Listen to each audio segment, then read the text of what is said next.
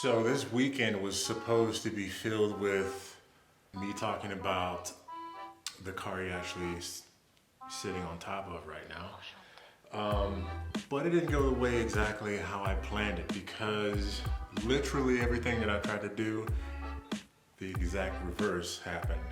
So I'll just give you like little snippets of this weekend, which wasn't really bad. It was actually really relaxing. You know, having a change of pace. Like I said, big up to my brother-in-law and sister-in-law for letting us chill at their house while they went on a camping trip, and we got a chance to sit in their hot tub. So wait for mama.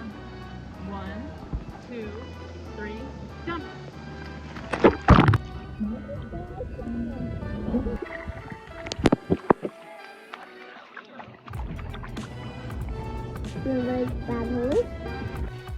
Can't really complain too much about that, but I have a lot of friends that are asking, hey Omar, what have you done to your car so far to get the power numbers? And instead of constantly telling, which I don't really mind, but constantly telling them the parts that I've actually done to the car, I've decided to make a video that's going to talk about all of the parts that I've done to the car. I also wanted to go into a little bit of detail as far as why I picked the parts that I did. I'm doing everything on a budget, but you know, it is what it is. I like having fun with it. So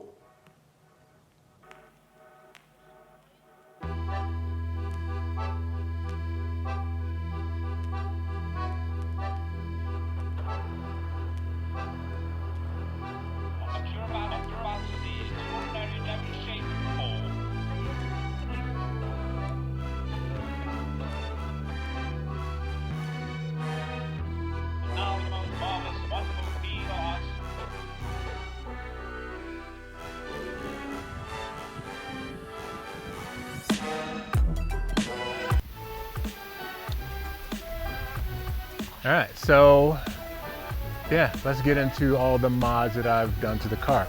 I have them written down because I am not really good at just trying to rattle this off the top of my head, but let's get into it. So first thing that I got was, or the first thing on my list here is my CNT muffler deletes. Those set me back 130 bucks.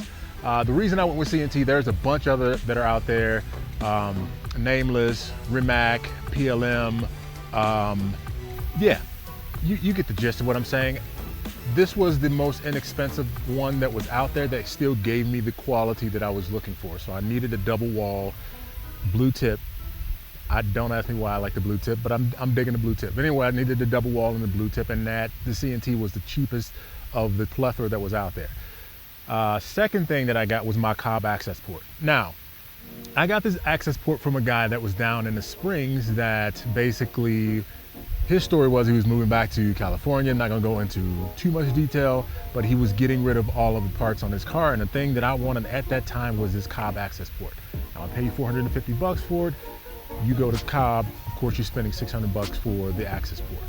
But he said that I have some maps that are loaded on there from another tuner, which I will not name. And if I felt brave enough to throw those tunes on the car, I immediately said no. Reason being is because you don't know how another tuner would have tuned that specific car. Also, you need supporting mods to make sure that whatever tunes on the actual map, the car can actually handle. So throwing a crap ton of boost, or throwing a crap ton of timing, or pulling a crap ton of timing, or dumping a bunch of fuel. Yeah, I just wasn't up for, you know, trying to get a brand new motor on my brand new car. Just wasn't happening that way. And even after the fact that I got all of my supporting mods, I still didn't load that map because, like I said, it's a reason he probably got rid of his Cobb access port. I am assuming that he probably grenaded the motor, but hey, I don't know. Third thing that I got was my charge pipe. So I got my charge pipe through CNT. Also, at the same time, I purchased my Perrin TGV deletes. Now, the CNT charge pipe is like any other charge pipe that's out there. It is aluminum. You definitely want to go aluminum. You never want to go steel. And it's powder coated. Pretty much, like I said, every other manufacturer out there, reputable ones, will have aluminum charge pipe. You know. Anyway, the TGV deletes that I decided to go with, again, as I state, with Perrin. Now, I only paid 89 bucks for my parent TGV deletes. Why, you ask? Well, apparently at the time that I was buying these were the last ones that were actually on sale because they were doing a revision to their actual TGV deletes. Apparently the old ones don't flow as well as the new revised ones. I can't really tell the difference, to be honest with you. And 89 bucks, I wasn't gonna scoff at that. So I paid 89 bucks for my TGV deletes, and they work just fine. Thanks, parent, appreciate it.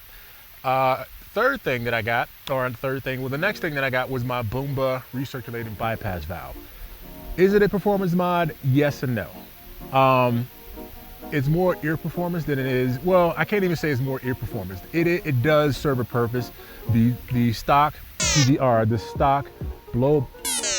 stock bypass valve, if I can actually get it out, is designed to leak a little bit of boost. Now, I don't understand why Subaru engineered it to leak boost, because that's what the internal wastegate is for. If there is excessive boost, the wastegate open up, let out the excess boost. I don't know why you're going to design a bypass valve that's going to leak more boost. The next thing that I got was my Grimmspeed intake. Now, I'm going to say this. I'm going to go on record and say this. You can't skip on an intake. I'm not gonna get some cheap Walmart intake or some crappy eBay, which I need to say that very likely because there's a lot of stuff that's still really good on eBay that you don't spend a lot of money for. But I didn't want to take the chance with the eBay intake. So I decided to go Grimmspeed. I'm probably gonna get cracked over the head with this because everyone's gonna say, yeah, all of them made in China, which is true. But I wanted to go Grimmspeed because actually, no, I can't even say, well, I don't know. I'm just going to divert and keep going on. The next thing that I got was my catted J pipe. Now this is through 1320. Now they are, I can't say that they are a well-known or an unknown company because there's not really a lot of reviews out there. There's some that I've actually had a chance to read, and a lot of guys that got them had no issues with them. It was relatively inexpensive. I'm sorry, I didn't say what I spent on the Grimmspeed. So the Grimmspeed was 340 bucks. My catted J pipe was 360 bucks. So you have other names out there, Grimmspeed, Perrin, Cobb, Nameless, that are well north of 400, 500, 600 bucks for catted J pipes. I went catted J pipes because I did not want to run the risk of having boost creep. Boost creep is another thing that you have to watch out when you go catless J pipe. Yeah, you get all the flames and I get the pops and bangs like everyone else, so I'm good with that. You lose a little bit of boost with the catted, but I don't really care. The next thing that I got was my Grimmspeed 3-port boost control solenoid.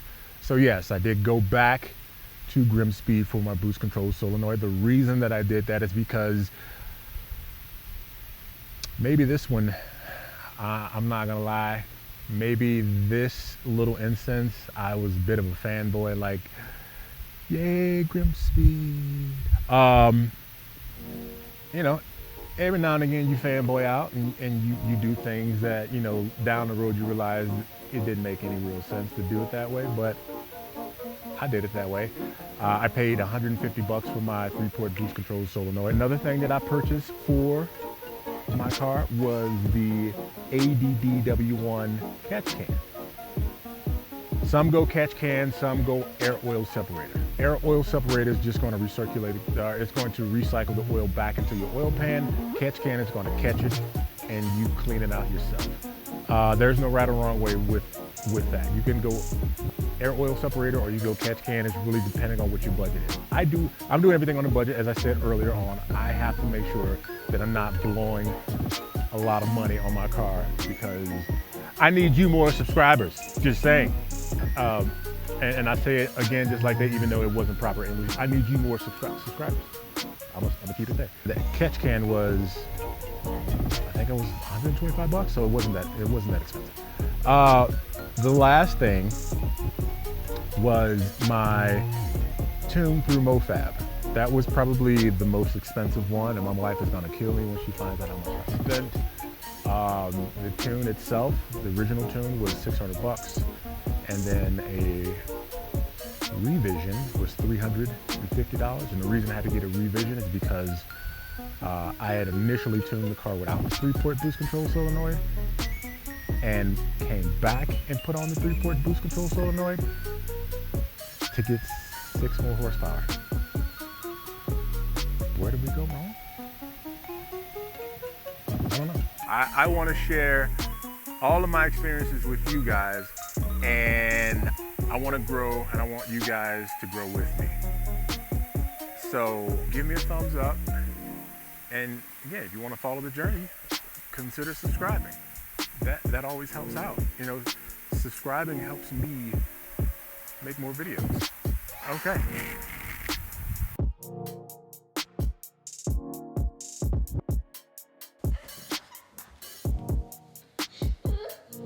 Hey, Lucky.